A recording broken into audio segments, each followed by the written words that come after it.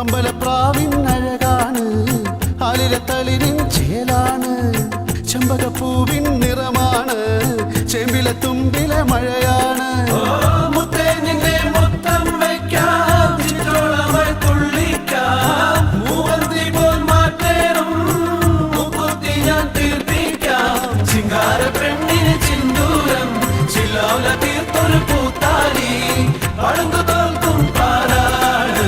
എന്റെ പൊന്നുമോളാണ്, കറുത്തൊരു പെണ്ണാണ്, കണ്ണാണ്, കരളാണ്, കാട്ടുപൂവിൻ കന്നിത്തേനാണ്.